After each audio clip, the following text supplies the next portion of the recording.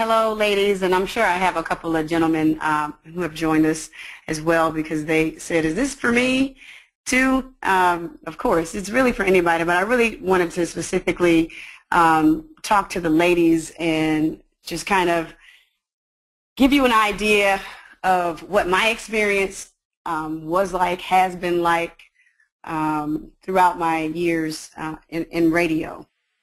I've been extremely, extremely blessed to have been a part of Hot 107.9, which was the home that I started my radio career. I really started at WAMF 90.5 on the highest of the Seven Hills in Tallahassee, Florida. Yeah, I was DJ Ray Ray then. We'll get to that a little bit later on, but I always knew that I wanted to be in front of somebody's microphone, in front of somebody's camera, and so I just had to find a way to do that. I think all of you are probably just as creative or more creative than I am, and that's why you're here tonight. So I was at Hot 107.9 from 2002 to 2009. Took a break, and then I went to V103 for a year, and then Streets 94.5, and then freelancing with HLN and CNN, and also CBS Sports Network. So it's been an awesome journey, but radio gave me the foundation that I think is so important for each of us, or each of you who are interested in just doing radio or even taking it to the next level and going into television. I am, and don't get me wrong, you all know me. For those of you who have been able to listen to me over the years, I feel like I'm as real as they come. I'm transparent. I am who I am, and believe it or not, my heart is beating so fast tonight because this is uncomfortable. And we talk about in life, when you are trying to become who you want to be, the uncomfort is where growth happens. So I am growing with you tonight. And for you who may have never done anything like this, who may be wanting to get ready for Empire if it's on right now, I know that, you're like, girl, you better hurry up. Just put it in the DVR. Just go ahead and tape it. I'll let you get back to it shortly. But yeah, I'm from Decatur, Georgia, here outside of the ATL. Born and raised in Decatur, born in Atlanta, raised in Decatur, Georgia, Southwest DeKalb High School. I'm a real East Side girl. I still represent Decatur like I'm still in high school. I mean, I was just with my high school classmates this past weekend, and we did it up like we were still at the pep rally at Southwest DeKalb. So I make sure that I stay true to who I am, and who I am is Decatur, Georgia. It really is. It is the essence of me. I'm an athlete. Went to college on a swimming scholarship. Yeah, black girls do swim, and with that I have my own nonprofit, Sporty Girls, in which we encourage minority girls to swim, play golf, tennis, and soccer. But my dad was a legendary high school football coach, Southwest DeKalb High School outside of Atlanta. For those of you from Atlanta, you're pretty familiar with Southwest DeKalb and probably his legacy, Buck Godfrey. Florida A&M University, that being an athlete awarded me that opportunity to go to college for absolutely free. I was on presidential scholarship at FAMU as well. So I had to maintain a 3.0 GPA because of the presidential scholarship. I had a really high GPA coming out of high school with 4.02. I graduated co-salutatorian of my class. Big shout out to Nakia Grimes, who was the valedictorian, and Sheila Luke now. Sheila Cobra back in the day. We had the exact same GPA, but I may get a little hood on the radio, but I can say that I'm a very smart girl. I can say that, smart woman. And like I've said, I've always tried to say that, I mean, I'm everybody's homegirl. I feel like I am. That's who God created me to be. There's nothing, there's no airs about me. I mean, that's just, I am who I am. And hopefully for those of you who know me or are getting to know me tonight, you will feel that as well. What is the Sidekick? And a lot of people say, why did you name it the Sidekick? Well, the Sidekick was an original idea, which is what I'm going to do, is a documentary. And it's a documentary about women in radio. And so I did a couple of interviews and got some things going, but as we all know, to produce something like that costs a whole lot of money. And the Sidekick came from an idea, or really just my experience of being a sidekick, primarily starting my career off with the mighty Ryan Cameron, and them eventually becoming the lead of the A-Team morning show and that thing, but how a lot of women, especially in morning radio, find themselves as the sidekick. And we'll get into that a little bit later on. So this training is about women in radio, and how even though you hear that beautiful voice, and I'm just not talking about me, I'm talking about a lot of beautiful voices on the radio, women in radio, and how just the real life gut-wrenching experience it is to be in radio. Radio has given me the thickest skin that I could probably ever imagine. I'm ready for anything. Recently, I was doing Atlanta and Company on 11 Alive, local television show here. I was doing really, really well. My ratings were good, even better than the person that hosted the 11 o'clock show. And they told me that they wanted her to do it because, you know, they felt like she could sell it better. And because of all the experiences that I had in radio, that was nothing. I was like, oh, this has happened to me before. So it's given me really thick skin. So this training is about women in radio, and the experience, everybody's journey is different, but my experience has made me who I am today. This is a great point here.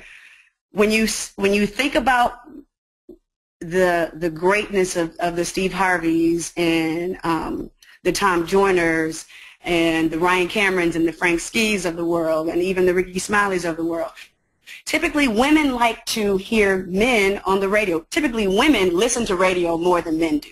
So they want to hear from a man rather than a woman. That has been documented, well documented over the years. And so that's why you always hear a man leading the mic first, because women aren't trying to hear other women. And that just kind of goes back to us being women. It's a shame, but it's true. And that's just the long and short of it. And being the sidekick, the position of inferiority, it kind of gives us that feeling that, I know for me, I'm like, when am I going to be good enough to have the lead mic? When am I going to be good enough to have the lead mic? And that's a tough question to answer, especially when you feel like you're good enough. But lots of times, because of just how the radio is, you're just kind of, you just settle for what you can get sometimes. And I'm encouraging you not to settle. I eventually got to that point where I did not settle for that. And so that's why this is called the Sidekick. Exactly. This training is about stacking odds in your favor. You got to be the best that you can be in everything that you can be good in. If you get in a situation where you are an intern, or if you have your first opportunity in radio, learn everything you can, because we have to be better. We have to be more sharp.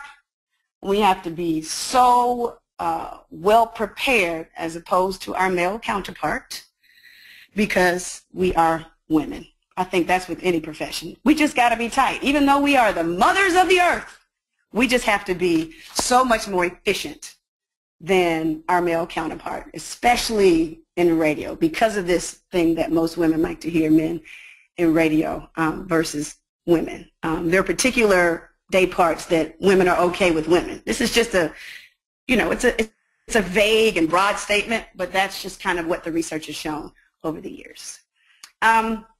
Exactly, like AJ said, we're on Instagram right now, at Rashan Ali, at AJ, the number 4 short. Please hashtag the Sidekick. I'm really excited to be here tonight. This is, I've gotten to a place in my life where I no longer want to depend on other people for my livelihood. And so now this has given me the opportunity to give and to share my experience, because there's nothing like having that on-air live experience. And for me to be able to share that with you tonight is very gratifying. Okay, My journey. Like I've said, I think you all have gotten the posts about, getting ready for tonight. It's easy for us to think, I know my mom always said, don't read to people because they can read, but I just have to reiterate this. It's easy for us to think our journey should be geographically shaped like Peachtree Street. And for those of you who are not from Atlanta, I mean, it's a pretty, straight and narrow road. You got a couple turns there, but it's pretty straight and narrow. But God sees it more like Spaghetti Junction. We all know what 285 is like. It's a whole bunch of twists and turns and all that. But he can't show us that because we would quit. We will quit. We quit almost every time we have an obstacle. I know I have, and I know I have to continue to talk to myself and make sure that I stay on the straight and narrow, because you can become discouraged, especially if you've tried and tried and tried again, and nothing has seemed to pan out for you.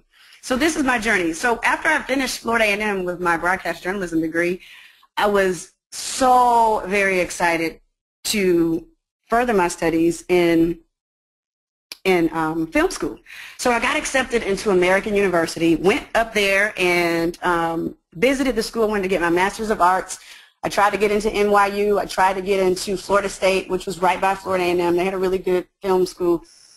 But my mother said no.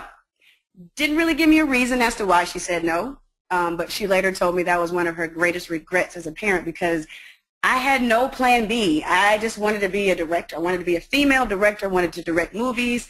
I just really wanted to do that. I did a movie when I was in school. I'm sure you all are familiar with Will Packer and Rob Hardy, and Will Packer is doing some phenomenal things. I was in their first movie called Chocolate City. So I always was interested in that whole film thing, but she said no.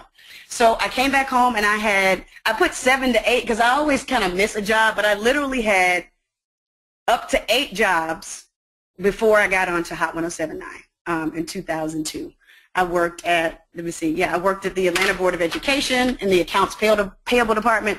Y'all, I don't even like to count money like that, let alone try to track what's going on at a school system, okay? So this was like, what am I doing here? But it was one of those mom hookups. My parents knew somebody who knew somebody. Hey, my daughter needs a job. It paid great, but here I am in an office in a small cubicle. I still look like I'm literally 21 years old, 22 years old. And I'm like, man, everybody coming in here looking at me like I'm the intern, like I got a degree. What am I doing here? But I did that. I worked at, I was a production assistant at Fox Sports South, making like $5.75 an hour. Okay, y'all know it was late 90s. So I was still living at home. I worked at Peppermint Music in South DeKalb Mall and the one in Greenbrier Mall, okay? I had a college degree. Imagine that.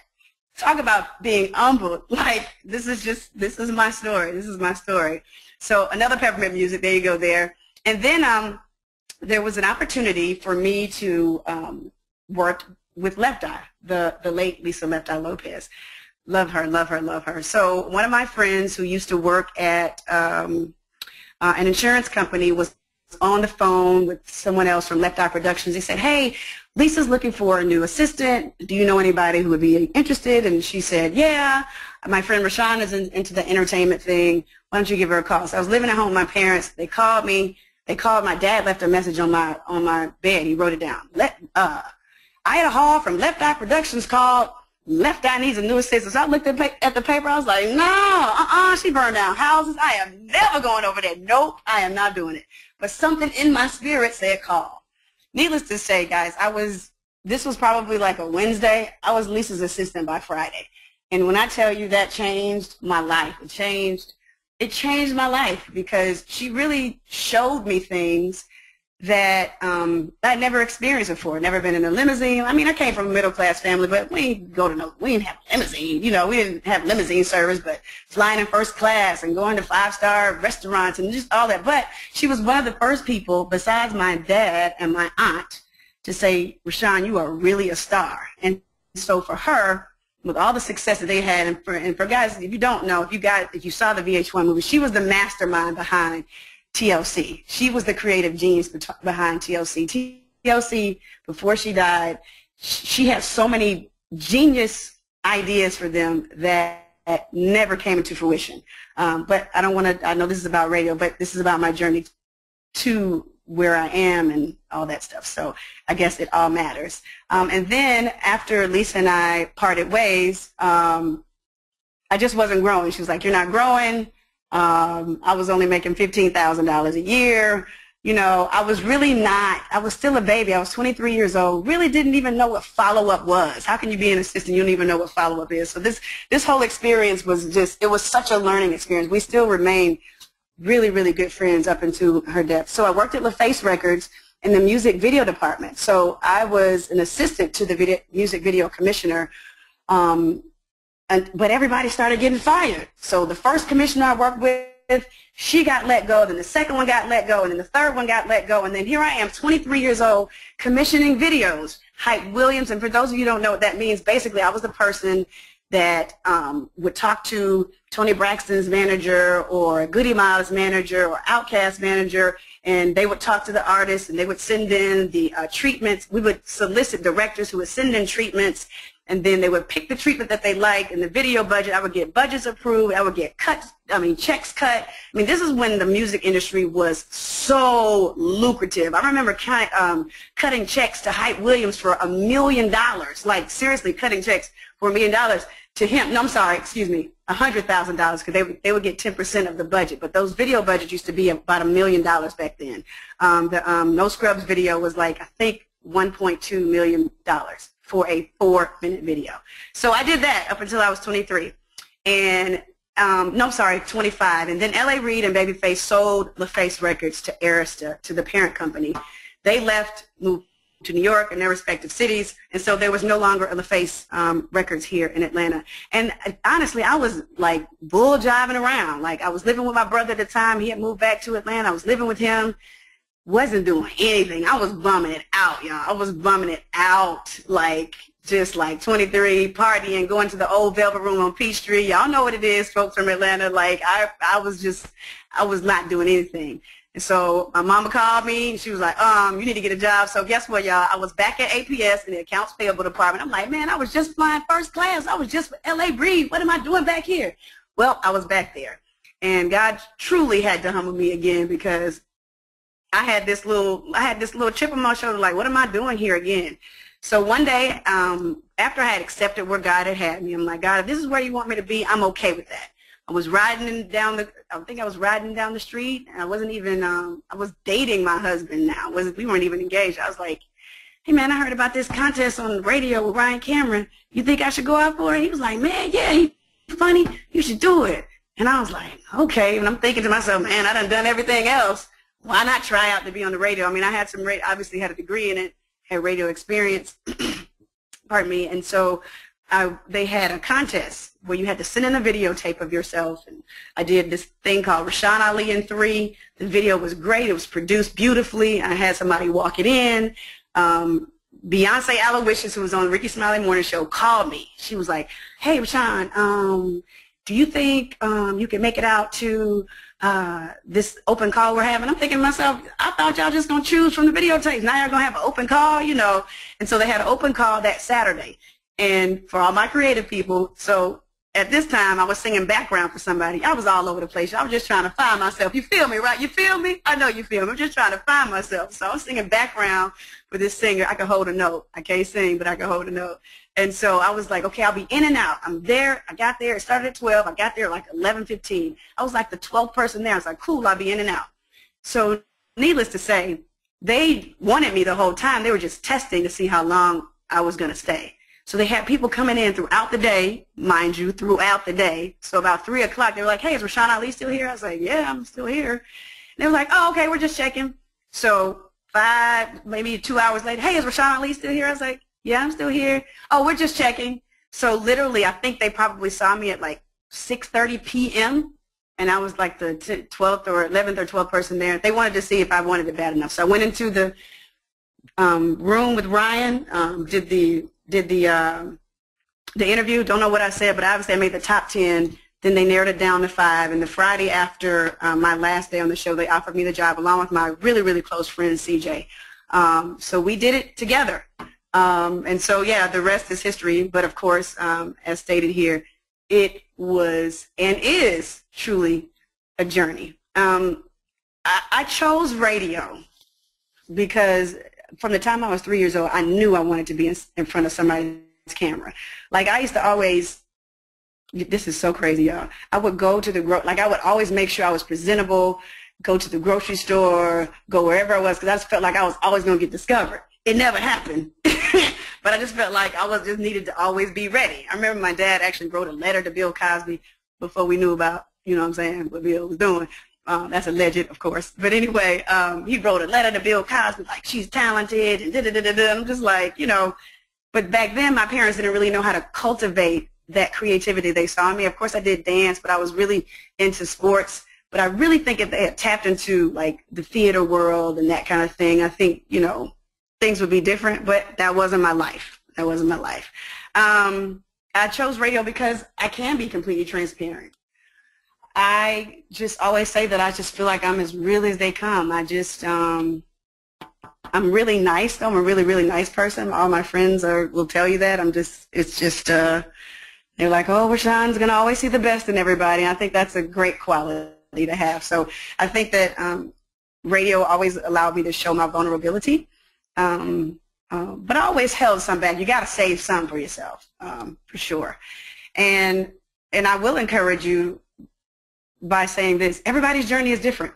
Everybody's journey is different. Everybody on this call is going to have a different journey. Just because you see somebody who started out as an intern, got a gig, and is now doing their thing, excuse me, it doesn't mean that's the way yours is going to be. I won a contest, and I remember somebody saying when me and CJ first got on the radio, because we were learning, you don't start your career off in the top 10 market. I did. That was God's plan for me. But I remember somebody saying, oh, here come Ryan and his puppets, because we were just kind of literally, pardon me, like just tagging along behind him because we didn't really know a lot about this type of radio. Of course, college radio is so different. I had my own thing, and then, you know, Ryan has a huge name, or, you know, and was doing so well, and still is doing well. So, I mean, here I came and won a contest, and, you know, I'm one of his girls, one of his proteges. So they were trying to see if we were going to make it, and God has blessed both of us, and we did.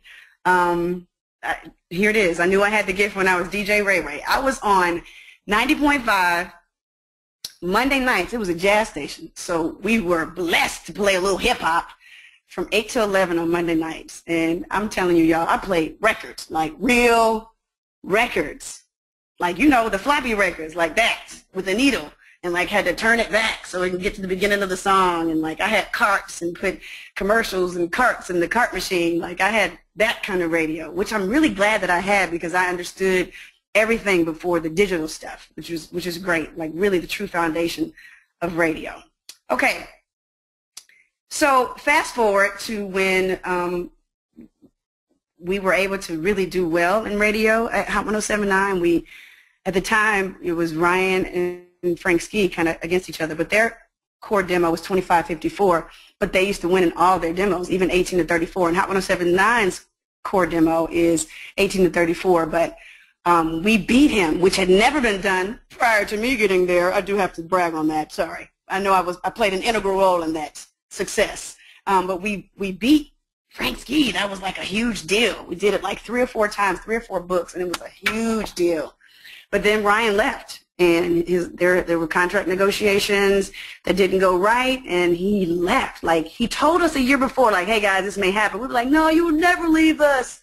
You will never leave us. And it happened, and the station did not know what they were going to do. They had no idea what they were going to do. They brought in Russ Parr. They brought in Jerry Smokin' B. They tried to get Greg Street to do it.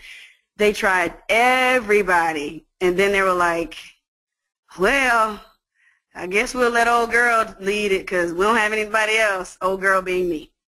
And I called Griff, who I had just known when he was on V103 and just grounding it out sports-wise. And I called him. I was like, hey, man, what you doing tomorrow? He was like, nothing. What you want me to do? And I was like, come play with me on the radio. And he came that next day, and Then he went away for a couple of days, and I was like, well, he needs to be on our show. And so we did really well. It was me, Griff, and CJ for quite some time. We were just the morning show at one point, and they named us, they did a citywide thing, they named us the 18 Morning Show. We were doing really, really well. Doing that one, I think during that time, CJ went to 95.5 The Beat, and so they brought in Empress Cersei. No. Here's what happened. Bailey, who's 8 years old now. I had Bailey. I went on maternity leave, and Empress Cersei came in to fill in for me. And so when I came off maternity leave, Empress Cersei was still there. And I was like, hey, man, when are you going to go back to doing what he does, and so I can have my spot back? And mind you, I was the lead of the show. So the program director took us to lunch, and he said, Empress Cersei is going to lead the show now. And I was like, excuse me? What do you mean? He was like, you know, he's going to open and close the breaks. No explanation. There was no explanation at all. We were still doing well. I think we were number 3 in the market behind The Burt Show and Franksky. No explanation. So I told him, if I had a penis, this would be a different conversation. And that was really, really big for me, because I was one of those people that I had to learn how to speak up for myself. And so this was really big for me. He didn't say I was wrong. So for a long time, I was the sidekick on my own show, which you talk about being, oh, God, y'all, that was so hard. It was just so, that hurt me so bad. And it wasn't even Empress Cersei's fault. Like, it wasn't even he didn't want to be in the middle of that. He wanted to go back to afternoons. They were making him do it now. You talk about me being nice. That guy is so nice. Like, I love Empress Cersei. It wasn't even his fault. And I hated that he had to be in that situation. But I did learn from that you talk about you got to be numb. You got to be numb to your feelings in this business. I had my uncle, who was a big-time labor lawyer here in the city of Atlanta, said that you really have a case, a maternity lawsuit case. Pregnancy discrimination is what he called it. But he said, do you want that to follow you throughout the rest of your radio career? And I said no. So I decided not to file a lawsuit, but I did really want to. So I sat there and I let him lead the show. And we'll get more into that later on. But it was tough. It was tough. Okay, so this class is not for you if you think anybody can do radio. That's a really big misconception, and especially because it's so easy now to do it because of all the different forms of media. And you can. I mean, everybody has a way of doing their thing. But I think a lot of time people play with the art of radio. They play with the art of radio and just, I mean, I used to get people's like, man, she should have said this. Man, if I was up there, I would have said this. I'm like, but when that microphone comes on, things change. They just change. So yeah, it's a special person, I think, that does radio. You may hear somebody on the radio that you think sucks, and everybody's entitled to their own opinion. But somebody doesn't think they suck, and that's why they're there. If you're in radio just to become popular, that's just the wrong idea. It's just the wrong idea.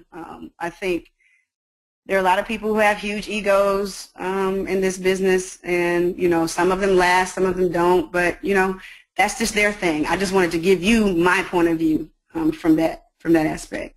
And radio for the money, y'all. When I first started in radio, my first year I made $25,000. My second year I made 32. I think my third year was like 36. I'm doing it now. And so it wasn't until like Ryan left, and then like really, really like coercing people to say I'm worth it. Then I think maybe it had gone up to like 50, and then after some time, I did well for myself. I did when I was the lead of the show right before maternity leave. I was doing really, really well. And in that time, though, I was spending like crazy. Nothing to show for it. Like, you would have thought I just never had anything. And it wasn't like I was just doing over-the-top stuff, but I was getting car services to all my parties because I didn't want to drink and drive, which was smart because I always say, I don't want to cost. I would rather pay, you know, $75 for this car ride than $7,500 for somebody to get me for DUI. I didn't want to put myself at risk. So I was smart in that manner. But I look back on it, I was like, man, that was a whole lot of money. Anyway, so if you're ready for the money, it will come just like anything in life, but you just have to be patient. Okay. Oh, yeah. Okay. So we're encouraging you, of course, to take a pic on the screen, share on Instagram, hashtag the Sidekick, and all that good stuff. Why most people don't turn it into a career. Okay. Some people want to be on air so bad that they will do anything to be on air, even make themselves look bad. A lot of folks don't learn the other aspects, like I said earlier. Learn everything you can. Editing, learn how to run the board, learn how to learn what each department does, from promotions to sales, so that you don't get got. You know, you find yourself, I remember Ryan and Akini, who will join us later, not today, but on another webinar, they would make us learn the board, and we would be so scared, hands shaking, but I was so happy because when Hot 1079 brought in the Ricky Smiley Morning Show and I went to middays, I had to run my own boards, and had I not had that experience when Ryan used to make me get up there, then I wouldn't have been prepared for that. So learn other aspects of the business. We all do this in all of our daily lives. Don't become complacent. Radio will make you so complacent, and then they will fire you. It has happened to me, okay, a number of times. I was so, like, even reluctant to do this course. I'm like, how they gonna believe that I know what I'm talking about when I've been fired 3 times, you know? But I remember Tom Joyner said, you haven't made it in radio since you've been fired. So I guess I have made it, honey, because, honey, I've been fired. You hear me? Okay. And then you got to have vision for yourself. Do you just want to be a radio personality? Is that it? Or do you want to do television? Do you want to be a blogger? Do you want to take this radio experience and be, you know, go into talk radio? Are you a doctor and you just want to learn radio so that you can have your own doctoral show? Like, you know, have a vision for yourself once you get on. Because, like I said, y'all, with anything, it does not last forever. It just doesn't. Oh, that's a good question. What do you think it takes to succeed in radio? You can answer that on Instagram for us as well, and we'll read your comments a little bit later on. 3 things to keep in mind to succeed in radio. Here it is. You can write this down. There's a difference between being a personality and having brand equity. What are you doing with your name? That's a good question. What are you doing with your name? You could just be a personality, and that's fine if you just want to be a personality, but what are you going to do with it? What other things did you say you were going to do when you said, when I get on, I'm going to do ...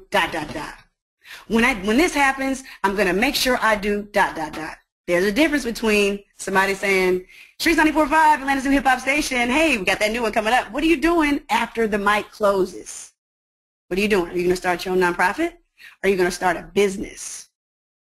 What is the next step? There's a difference. Be prepared to do a whole lot for free. Large sacrifices, and your family will feel the brunt of it. I spent a lot of time doing a lot of things for free. I still do, because you just gotta know the things that are important to your soul. A lot of nonprofits and charity events, I always felt good about doing those things because it was good for my soul. And not only that, you couple that with getting yourself out there, becoming known for being a community advocate. And you're not just doing it for those reasons. It's got to be from the heart, because people will tell. If people can tell if it's fake. Oh, she just here because she want to take an Instagram pic and say, I help the homeless, or I help the kids. You know what I mean? Like, that's got to be from the heart, because people will see right through it. But you got to be able to balance it. I almost lost my husband, and not from a sickness, not from an accident. I lost him because I was so married to trying to become Rashan Ali that I almost lost Mr. Smith. He would say differently, no, it wasn't like that. No, it was, because he said you give the whole world Rashan Ali, and when you get home, you're depleted of who you are. Don't deplete yourself for the world. Because guess what, guys? All you have is your God and your family. So make sure you have that true balance. Even if you're single, make sure you keep yourself centered and you got some self-time. You are making sure that you are taking care of the things around you. Because when you are buried, you're the only one in there. So don't give yourself to everybody out here and you don't have anybody to come home to and look in the mirror and say, wow, I love you. Don't give everything away, okay? Save some for yourself. Like I said, take on community service everywhere to build your brand, but make sure it's coming from the heart. Make sure it's coming from the heart. Now, you can't, once you get to a certain point, you can't do everything for free because you got to feed your family and you got to be like, okay, especially when, you know, don't let people take advantage of you either. Oh, she'll do it for free. Oh, she'll do it for the low. They have you in there for 5 hours hosting a gala. You like, hey, man, come on, man. You going to give me no stipend? Please, please. All right. Moving on. Oh, I love it. Who thinks they have what it takes? I hope all of you think you have what it takes to be here, to be on the radio, to be on TV, to host a talk show, to host whatever. I hope this course can be motivational for not just people in radio, just for people in general, because we are going to fall. That is just life. We are going to fall, but it matters how you get back up and how you recover. I constantly tell myself that. Constantly. I am in my prayer closet every morning at 5 o'clock like, Lord, show me what's next and guide me. Allow me to take the proper steps, please. Okay. I love this, this quote right here because hopefully, AJ, I can minimize this go-to webinar controls. I'm going to minimize this. If I can't, let me know so I can see this quote. You're good. Nothing has transformed my life more than realizing that it's a waste of time to evaluate my worthiness by weighing the reaction of the people in the stands. Dr. Brene Brown. I would encourage each of you to pick up her book, write this down please, Daring Greatly. She was on Oprah's Life Class. I read this book with a group of friends. We analyzed this book front and back, but it came from Theodore Roosevelt's quote, and I'll read it to you. It's basically summation. This is the summary of what he said, but this quote is from him. It's not the critic who counts, not the man who points out how the strong man stumbles or where the doer of deeds could have done them better. The credit belongs to the man who is actually in the arena, whose face is marred by dust and sweat and blood, who strives valiantly, who at the best knows in the end the triumph of high achievement, and who at the worst, if he fails, at least fails while daring greatly. So I would encourage each of you to dare greatly. Don't let anybody keep you from being the very best that you can be. And it doesn't matter what the people in the stands are saying, because guess where they are? In the stands. And you're in the arena. This is the first step of you being in the arena today, tonight. And I thank you for that. Okay, the sidekick is the closest thing that you'll get to a real life experience besides opening the mic. There's nothing like on-air experience. I made some crazy mistakes on the air, but nobody could tell me not to do this, not to do that. You had to kind of just do it. You learn by experience. I remember, what did I say? I think somebody was about to fight, or it was about to be some boxing match or whatever, and I was like, let's get ready to rumble on the air. That's trademark. And Ryan and the king were like, don't say that. They tried to cut my mic. I was like, what? They're like, that's trademark. You can get fined for that. The whole Radio 1 can get fined for that. I was like, I ain't know. And so thankfully nothing happened, but I didn't know that. So you learn by making mistakes on the air. The sidekick, if your purpose is to learn about, break into, or thrive in the radio industry, of course, this course is for you. You guys know I'm leading up to something. Okay, what is one takeaway that you have learned so far tonight? Okay, so this is what we are going to do, guys. I've been working on something for quite some time. The live 4-week training, how smart women in general can break in, create a successful career, and thrive in the radio industry. It's a live 4-week training. This is what's going to happen. The Sidekick is there's going to be a couple of modules. The module 1 is the beginner's guide. It's not even, beginners, intermediate, advanced guide to getting into the industry, featuring college route, internships at the station. And if you're older, I know a lot of folks are still, trying to find that or trying to fulfill that dream of being in radio and are out of college, maybe don't even have a degree in broadcast journalism, which you don't need, by the way. So if you're older, how to succeed, we'll talk to, or I'll tell you about one of my old interns who came to Streets 94.5. I think he was 26, one of the best interns I ever had, period. Module 2, we'll talk about air checks featuring Akini Jeffrey, who is one of my very best friends. He was the morning show producer for the Ryan Kimmer Morning Show, 18 Morning Show, my morning show at Streets 94.5, and now he's the syndicated producer for The Breakfast Club on Streets 94.5 right now. So to kind of go through what happens after you send in the air check, and even if they're relevant now, we'll talk about talk breaks. I know because all of you are interested in radio, having a good talk break is so essential to doing good radio. Period. So we'll break down those key things to having a great talk break. And I've had some horrible ones, so we could listen to some horrible ones and listen to some good ones as well. Module 3, interviewing 101, the #1 skill needed. So we'll talk about the approach before the mic comes on, trigger questions, the biggest thing about interviews that most people never get right, or it takes them quite some time to learn, and we'll do a lot more. And then module 4, we'll talk about endorsement deals, self-initiated deals. So we'll talk to somebody who has been in radio sales for quite some time and now is in Pandora radio sales. So you'll get the whole gamut of what this thing is all about.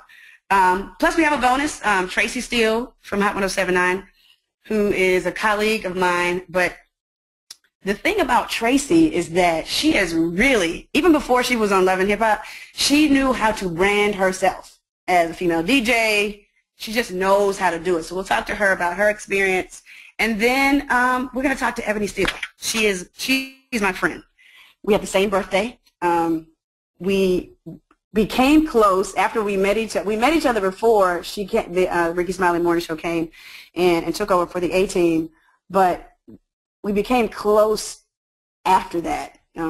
Really, really, really awesome person. And people haven't heard from her since she left the Ricky Smiley Morning Show. So just looking forward to talking to her and talk about her radio experience as well. So it's going to be great. How do you know the Sidekick is for you? Do you have the fire in your gut and know this is your calling? You got to know it's your calling. Even if like I said, though, I mean, if it's something that you're just trying to, with any career, y'all, with any career, I think that you can benefit from this course, but specifically if you want to be in radio. So are you ready to take the information and make it happen? Ready to get out of the shadows and into the spotlight?